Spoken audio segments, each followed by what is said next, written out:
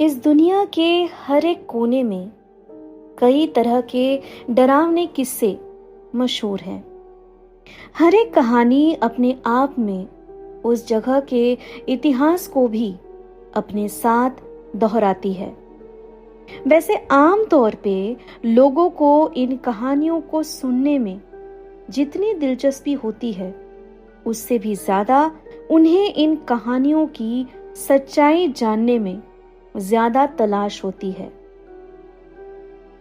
पश्चिम बंगाल से बंगालन लड़की हूँ सुनते ही ज्यादातर मेरे सोशल मीडिया के दोस्तों के दो ही सवाल होते हैं। पहला, मुझे कौन सी मछली खाना ज्यादा पसंद है, और दूसरा सवाल ये कि मुझे जादू टोना आता है कि नहीं। तो इसके जवाब में कई बार मैं और सवालों में उलझ जाती हूँ।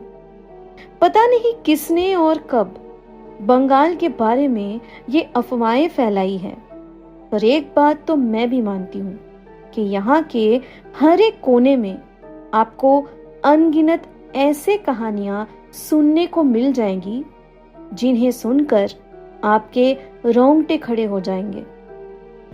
बहुत वक्त से मेरा भी मन था कि मैं आपको यहाँ के तरह तरह के किस्सों के बारे में बताऊं, जिनके बारे में ना आपने कहीं सुना होगा, ना इससे पहले किसी और बंगाली स्टोरी टेलर से कोई जानकारी पाई होगी।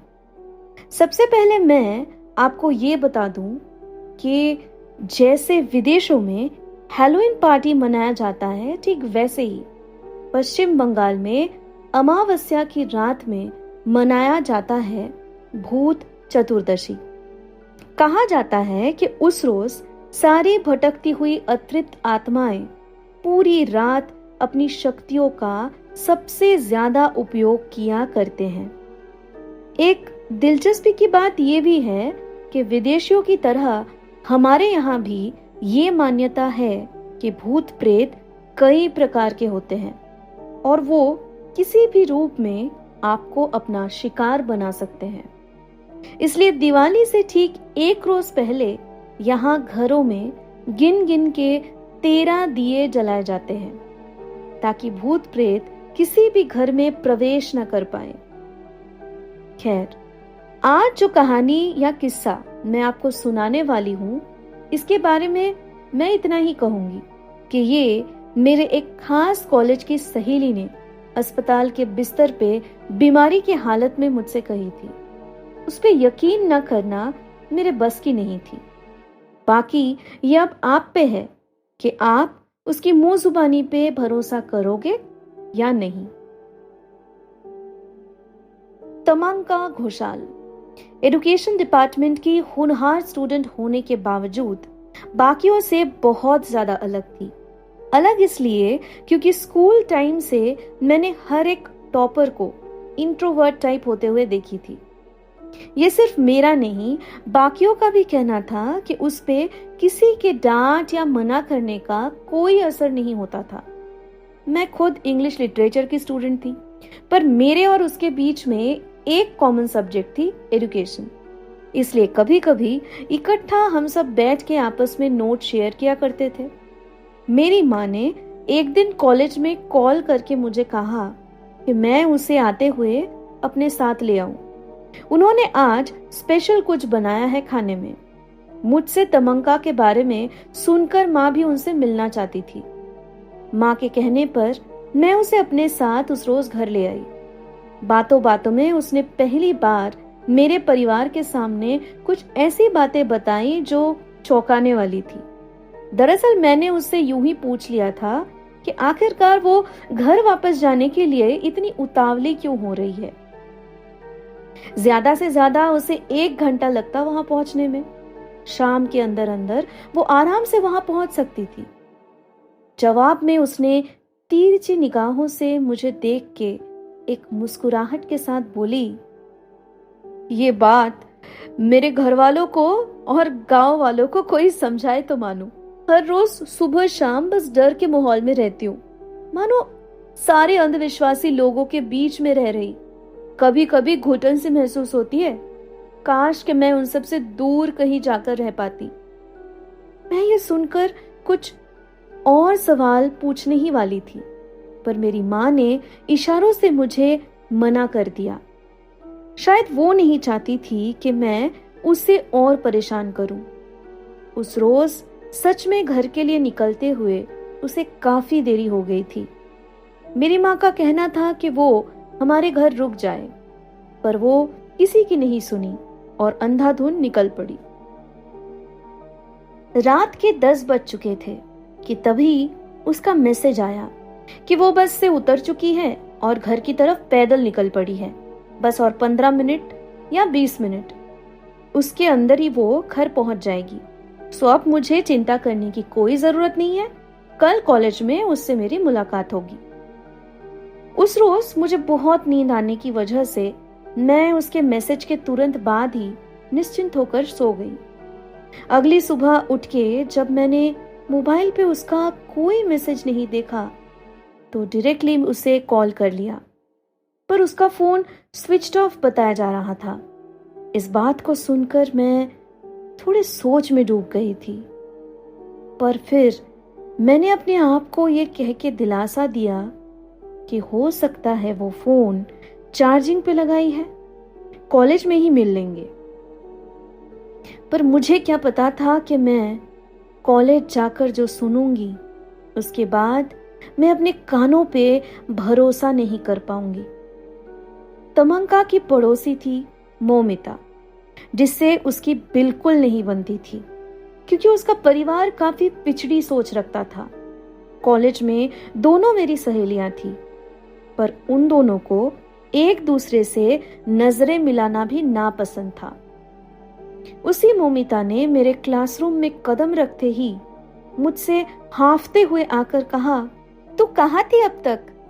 फोन साइलेंट की है क्या? कल तेरे घर से लौटते हुए तमंका को पता नहीं क्या हो गया। अरे हाँ, जल्दबाजी में सुबह अनम्यूट करना भूल गई। हुआ क्या है? तेरी शक्ल की हवाइयां क्यों उड़ी हुई है? कल तेरे घर से लौटते हुए तमंका को मेछो भूत ने पकड़ लिया। काफी मशक्कत के बाद वो उससे पीछा छुड़वाकर जान बचाकर अपने घर के चौखट तक पहुंची थी। अभी वो हॉस्पिटल में एडमिट है। काफी खून बह चुका है। मैं भी आज जल्दी निकल जाऊंगी, उससे मिलने जाना है। मेरी सोचने समझने की शक्ति मानो खत्म सी हो गई थी। मैंने तुरंत टीचर्स और माँ से इजाजत लेकर उसके साथ तमंका को मिलने जाने का फैसला कर लिया। जब मैं वहां पहुंची तो तमंका बेहोश थी। उसको खून चढ़ाया गया था। 3 से 4 दिन बाद उसको जब होश आया तब उसने अपनी आप बीती हम सबके सामने बयां की, जिसे सुनने के बाद मैं हमेशा के लिए खुद मानो अंधविश्वासी सी बन गई। उसने जो कहा था वो मुंह जुबानी हर एक शब्द मुझे आज तक याद है। बस से उतरते ही मैं चुपचाप गुनगुनाते हुए आगे बढ़ने लगी थी। कुछ घरों के सामने दिया जलाया हुआ देख के मुझे याद आया कि आज भूत चतुर्दशी है।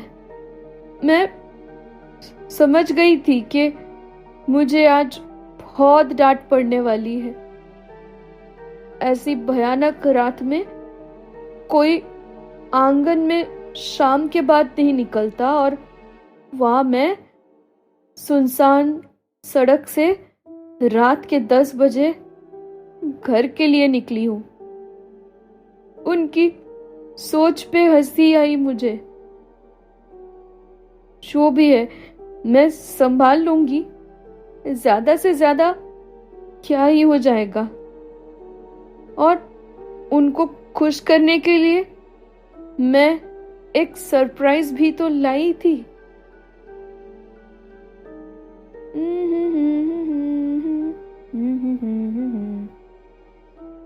आज तो बहुत खुश हो जाओगे। घर पे जाने के बाद सब लोग बहुत बहुत बहुत डांटोगे, लेकिन फिर भी मैं जानती हूँ कि मुझे डांटने के बाद भी आप लोगों में कोई ज्यादा कुछ नहीं बोल पाएगा, क्योंकि मैं जो लेकर जा रही हूँ ना, उसके बाद जो महक आएगी तो हर घर से सब आके पूछने लगेंगे कि क्या पक रहा है, और तब आपका गुस्सा पानी पानी हो जानी है।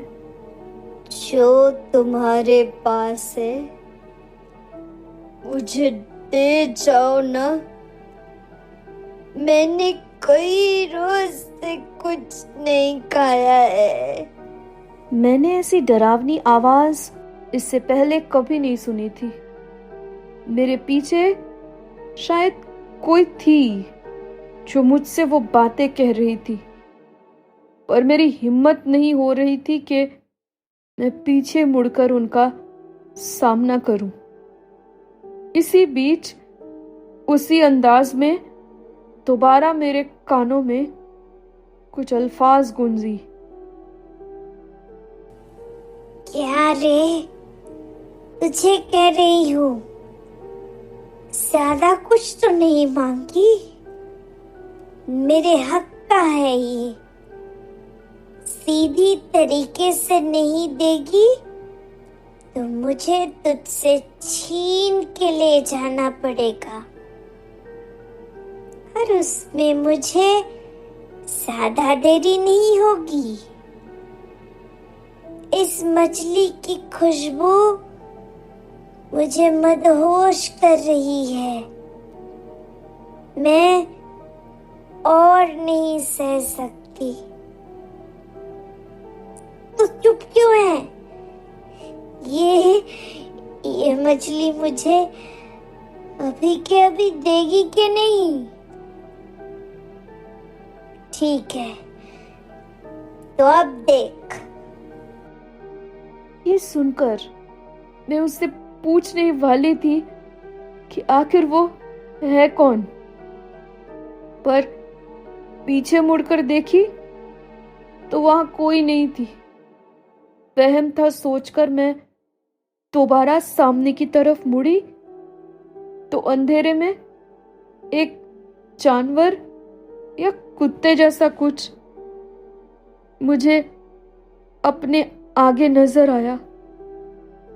मैं इससे पहले कि कुछ सोच पाती, वो अपने 4 हाथ पैरों से जमीन पे रेंगते हुए मेरी तरफ पलक झपकते ही दौड़ता हुआ आने लगा। मैं चिल्लाती, पर मेरे गले से आवाज ही नहीं निकल रही थी। मेरे एकदम नजदीक आकर वो धीरे धीरे हम इंसानों की तरह सीधी खड़ी हो गई और मेरी आंखों की तरफ अपने पलके उठाकर देखी, पर उसकी आंखों की जगह बस काले गड्ढे थे। चमड़ी जैसे आग में झुलसी हुई थी उसकी। शरीर से एक अजीब सी बदबू आ रही थी। उसने एक बार फिर अपनी भयानक आवाज में मुझे कहा, शाम के बाद मछली लाएगी और मुझे वो बिना दिए यूं ही चली जाएगी। इसकी सजा तो तुझे मिलकर रहेगी। आज मेरे हाथों से तुझे कोई नहीं बचा सकता। इतना कहते ही उसने अचानक मेरे गले को धर दबोचा। शायद उसके नाखून मुझे इतना चुभ रहे थे कि एक तो मैं सांस नहीं ले पा रही थी, ऊपर से मुझे बहुत दर्द हो रहा था। उसका दूसरा हाथ मेरे हाथ को कस के पकड़ा हुआ था, जिसकी वजह से मैं अपने आप को उसके चंगुल से छुड़ा भी नहीं पा रही थी। तभी अचानक मुझे एक उपाय सूझी। मैंने अपने दूसरे हाथ में पकड़ा हुआ मछली का वो जो थैला था उसे दूर फेंक मारी, जिससे देखते ही वो अचानक से रुक गई और फौरन मुझे छोड़कर उस तरफ दौड़ने लगी। मैं उसके बाद वहां से अपना जान बचा के कैसे घर के आंगन तक जा पहुंची, मुझे कुछ भी अच्छे से याद नहीं। आज तक माँ बाबा से, आस पड़ोस से सुनी थी कि मेछो पेतनी होती है, पर मुझे नहीं पता था कि ऐसा कुछ सच में एग्जिस्ट करती है। मेरी ही गलती थी कि विदिशा के घर से निकलने के बाद मैं रास्ते में ताजा बांग्लादेशी हिल्सा मछली देखकर अपने आप को रोक नहीं पाई। सोची कि परिवार के साथ मजे से रात को खाऊंगी, वो भी खुश हो जाएंगे। पर